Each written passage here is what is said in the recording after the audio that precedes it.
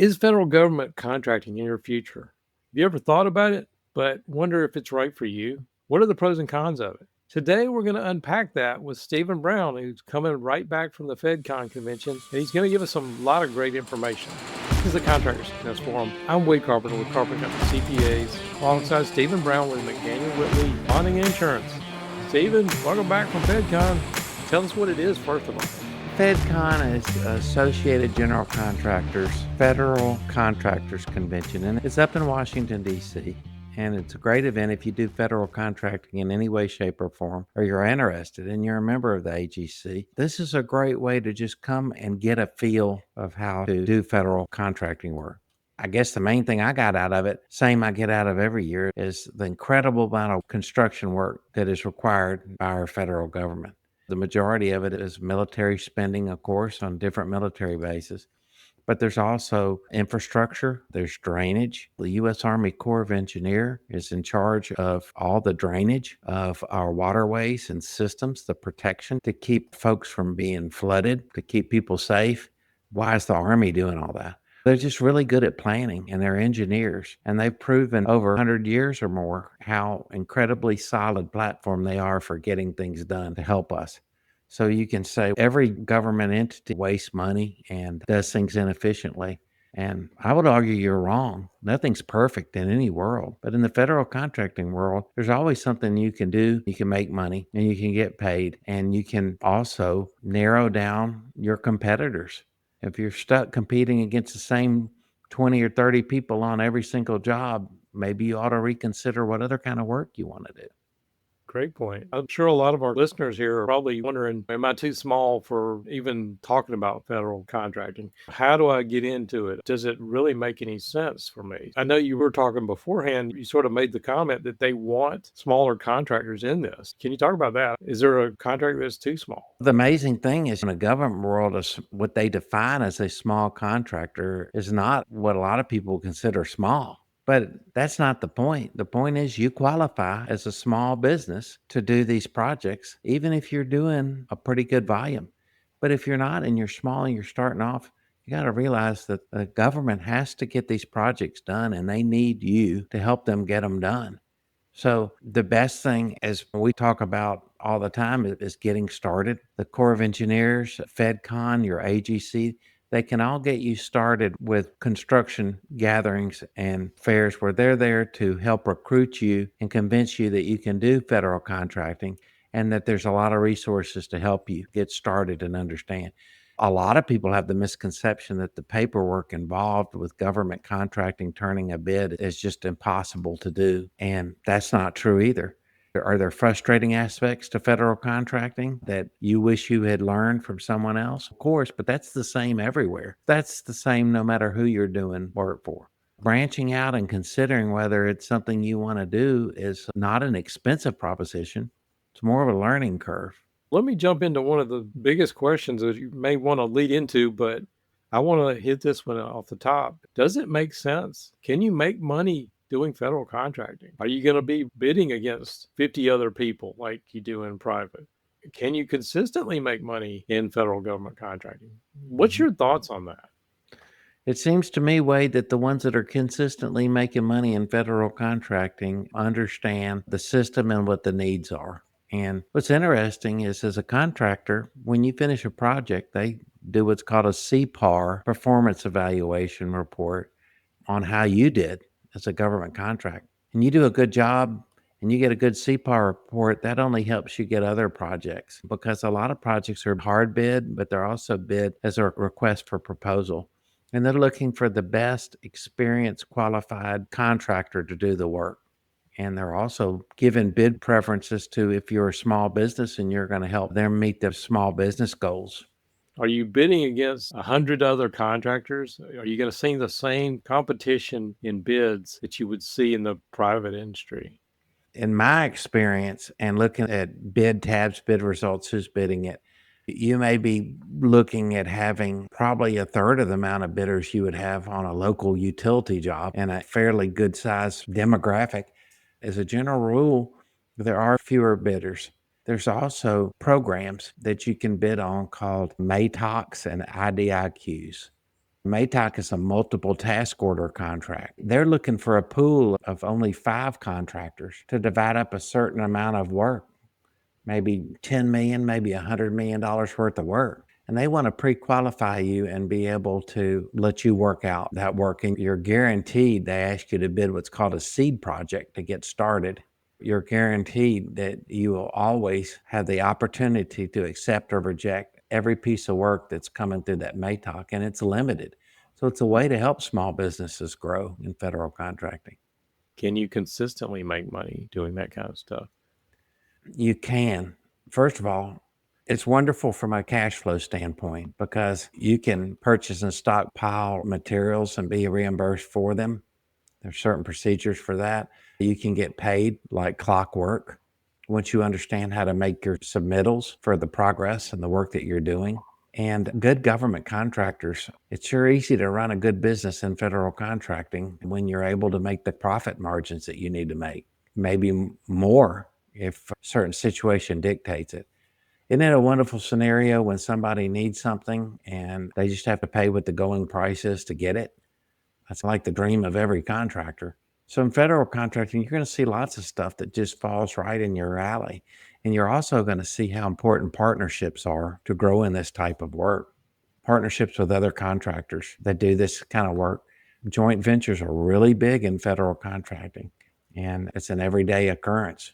It maybe sounds complicated, intimidating, but it's not. And if you're interested in it, of course, you can always reach out to me. I will be happy to help you. Yeah, I think we've talked about this in the past that joint ventures can be a great way to get some kind of mentor and work with somebody that you may not otherwise have been able to get. I know one of the things we talked about beforehand, we talked about some of the partnerships and some of the things you saw at like FedCon.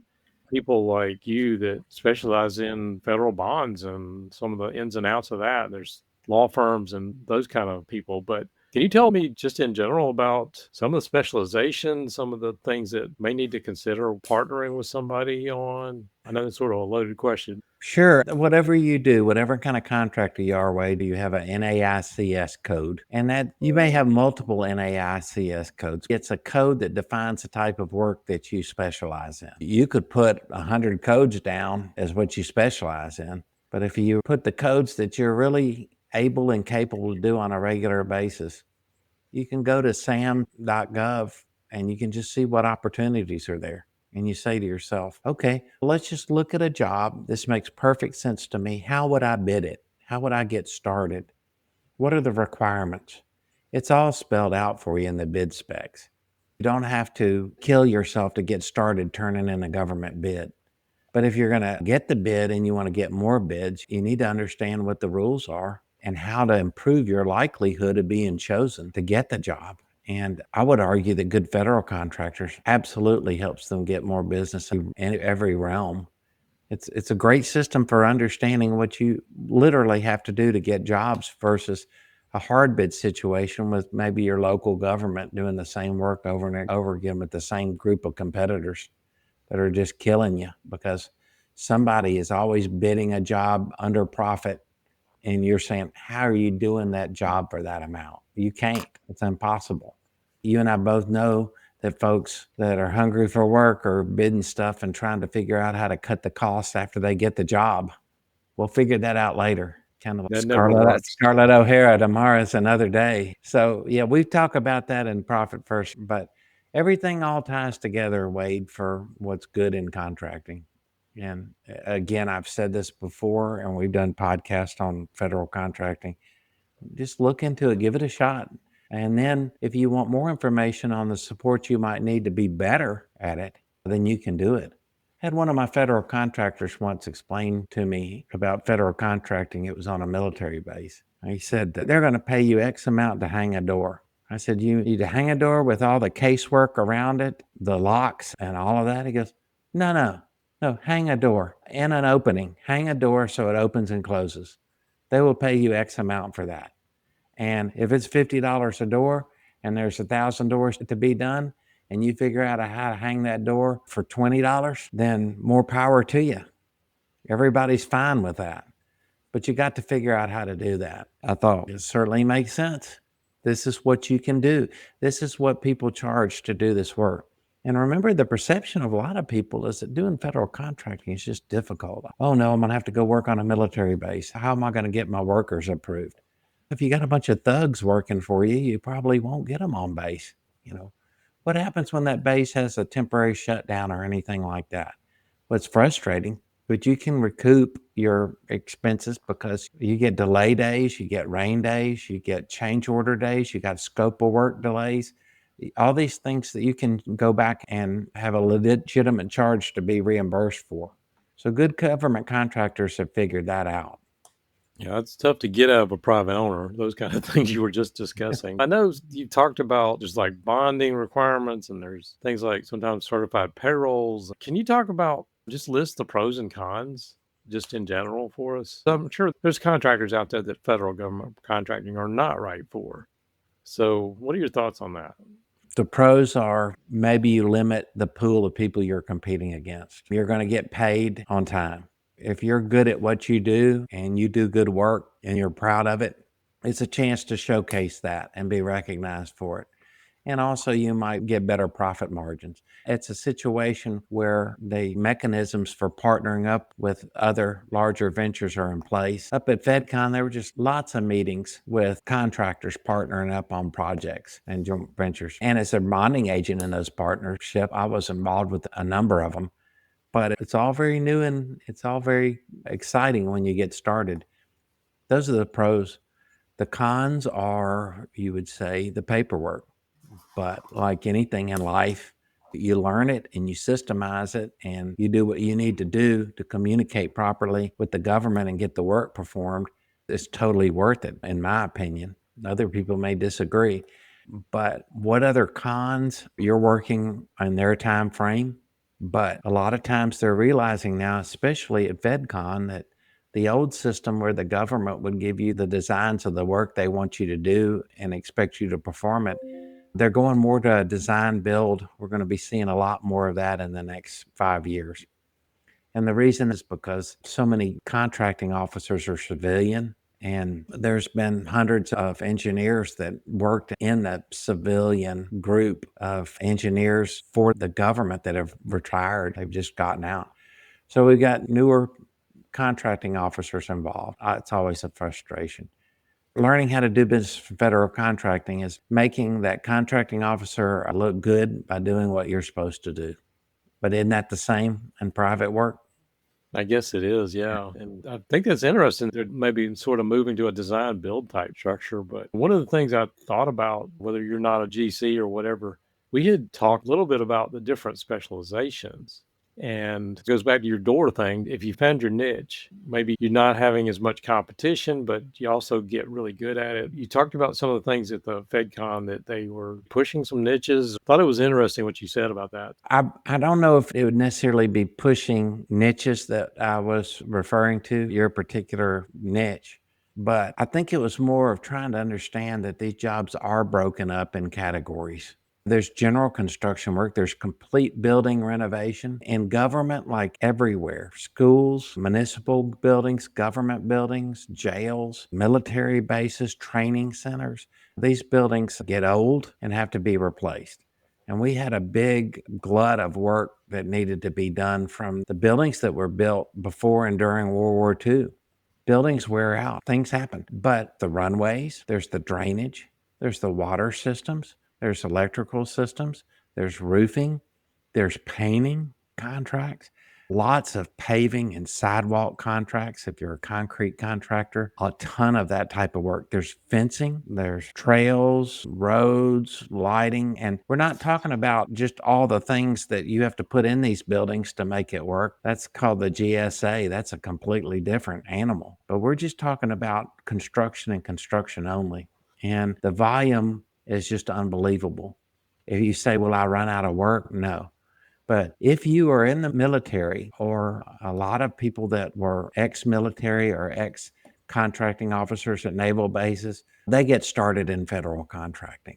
And those kind of people that if you want to get started, you hire someone like that that understands how to help you get more work and how to be compliant. It's worth its weight in gold. So again, the niches, the NAICS codes, being able to say, this is what we do, and this is the type of work we're looking for. You can literally put it in your search engine and you can find all the opportunities that are available where you want to work. So, do you have to be a general contractor? That's where I was going with this. Some of the sub trades, concrete or electrical or plumbing, can these people get into federal contract if you're not a general contractor? Yeah. I mean, there's so much. There's demolition, there's grading, drainage. There's so much work that has to be done. And it'll be easy to find out who's doing most of the work as a general contractor out on the base. And you might want to approach them about subbing some work for them to get started. But there's standalone projects that are right in your niche, so to speak, and right in your wheelhouse. It's there. You just have to look for it. Yeah. Any other things that you wanted to make sure we got in today? I know you had a few years ago, we had talked about the SAM system and getting started with that. I know you've helped several contractors. You've always been very generous with your time, just said pick up your phone and you're glad to talk to them. But anyway, what are your thoughts on getting started? Can they give you a call? What do you think? They're welcome to give me a call, and I'll be happy to talk to them and just find out what it is you want to do, what you want to go after, give you some ideas of how to get started, opportunities in federal contracting. It's a fantastic line of work, and I can honestly say that most federal contractors are making the money that they need to make on it. They're understanding the system, and they're excited by the opportunities. And I can tell you that from everything that I heard at FedCon this year, they're really hungry, as always, but especially hungry for contractors. And they're really being pushed. This federal funding that pays for these projects to help smaller contractors get started and get the work done. It's a constant juggling act that they have to do to get these projects knocked out. So it involves a lot of collaboration and teamwork. And I'm really impressed with the government contracting system, the military that oversees a large amount of it. They run things with military type precision. So if you're comfortable in that environment, if you're comfortable understanding what the rules are and how to bid work and how to get work, then this could be for you. That's a great message. And I know you told me there was a bunch of statistics that came out of there. Maybe we could unpack that in another episode. Sure. But if somebody is interested in getting into federal government contracting, how can they contact you about this? They can reach out to me on my email address, Stephen, Stephen, at mcwins.com, MCWINS.com, or they can give me a ring at 901-340-8085. They can check out the website, sam.gov, and they can also reach out, go to the U.S. Army Corps of Engineer, and find their local district. Every region of the country has a district that they work with. And just looking online and seeing their section on getting started doing business and who the contacts are. And then reaching out to them on the phone and talking to them about getting started, letting them help you find projects that are in your wheelhouse. They can help you do that too. I'd say give it a shot. If you need some help, I'll be happy to help you however I can. Okay. Thanks for bringing this to us today. And again, maybe unpacking some other things as we go along in a few coming weeks. We appreciate you joining us today. We do this every single week. And if you got any thoughts, comments, we'll put Stephen's information in the show notes as well. Let us know. And as always, we appreciate a like, share, subscribe. It always helps us out. We do this every single week. So we'll see you on the next show. Thanks.